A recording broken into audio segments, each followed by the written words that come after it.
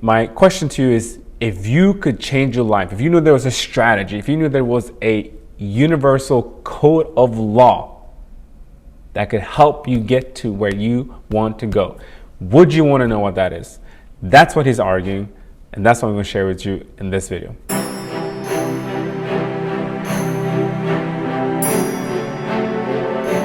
Hello beautiful people, and welcome back to another video. This is the second video about the laws that can change your life, and we're continuing learning about the book by John Ashraf called Having It All. You see that magic trick? Pretty cool. Andrei Jikh, you got nothing on this. Anyways,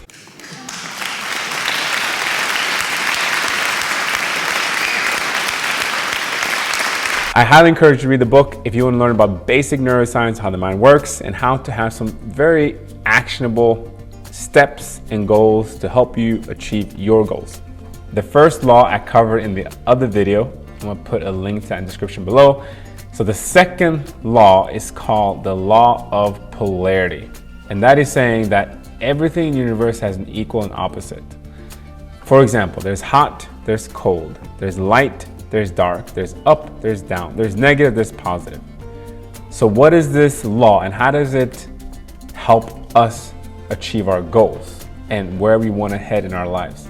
And this is it. You may have noticed that sometimes you're trying to maybe do something, accomplish something, achieve something, obtain something, and it's difficult.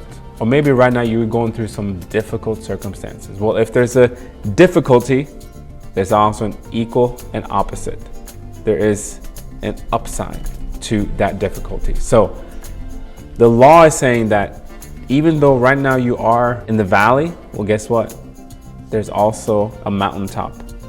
And if you use that patience and you continue, the law says there's an equal opposite, that mountaintop. So do not give up. The third law is the law of rhythm. And this is the idea of seasons. So we have the spring, the summer, the fall, the winter.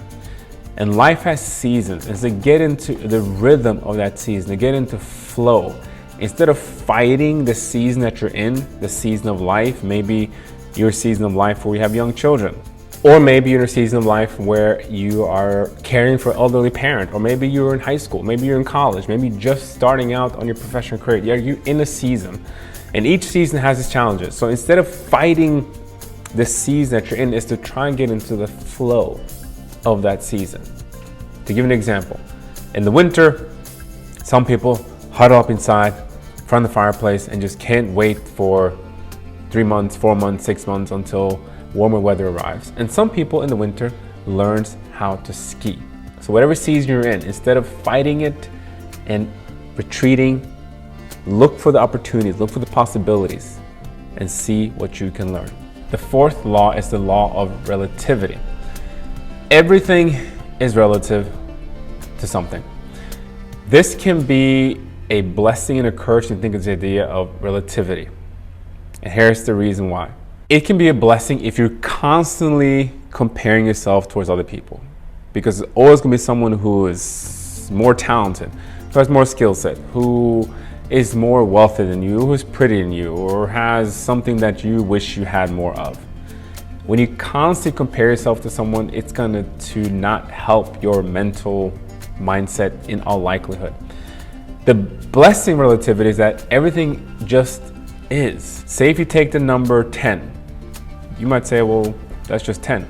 Well, if I say $10 million, then that usually most people stirs up some type of emotion, but it still just is.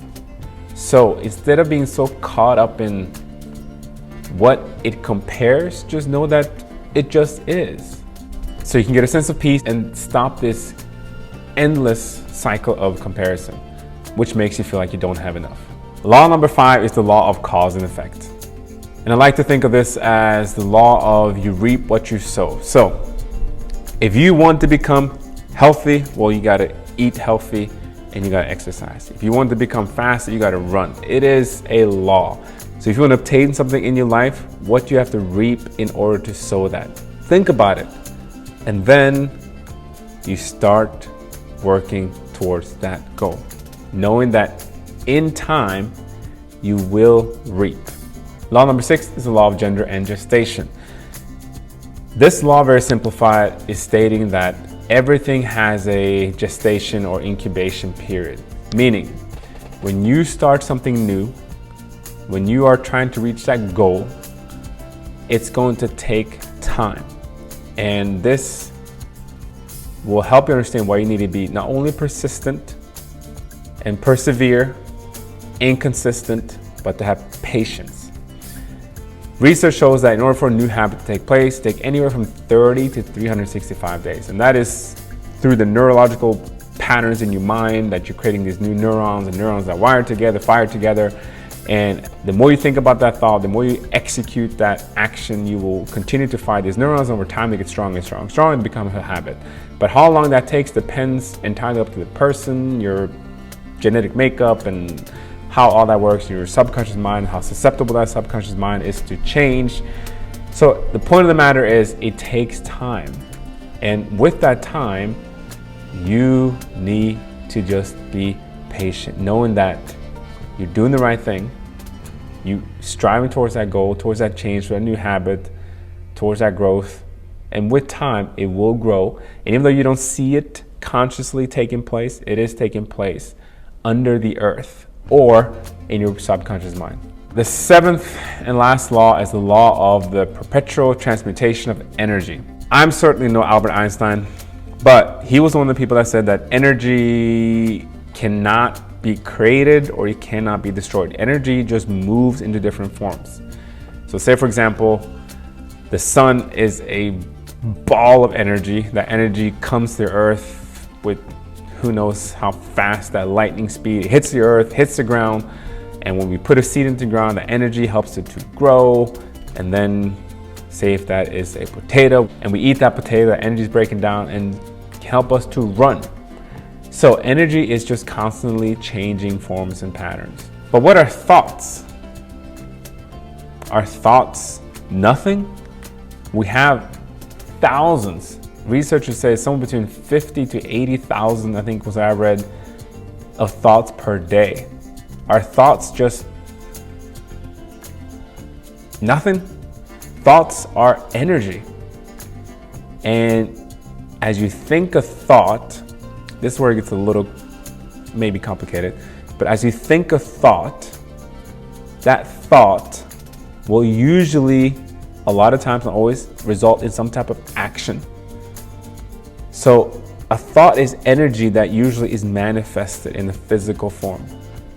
So you want to make sure that your thoughts, which are energy, is a thought that is beneficial, a thought that's positive, a thought that is based on truth.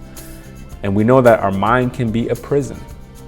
Even though you have everything around you that anybody would love to have, you can be absolutely miserable because what's going on in here. So thoughts are energy. And as you think these thoughts, most of the times they will manifest, meaning you will act on your thoughts.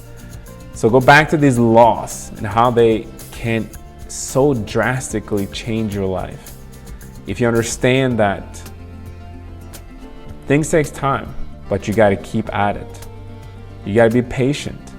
Stop comparing so much where people are in their life, but know that you are running your own race because you're unique, and the time will come when your goals and your dreams and your aspirations will be reaped, will be fruitful.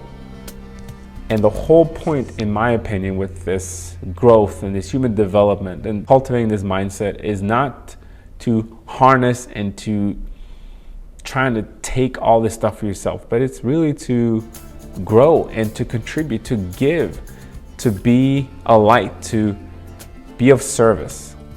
And I think the more people that do that, the better this community that you live in will be, the better this planet will be, when we all are taking responsibility for our own growth.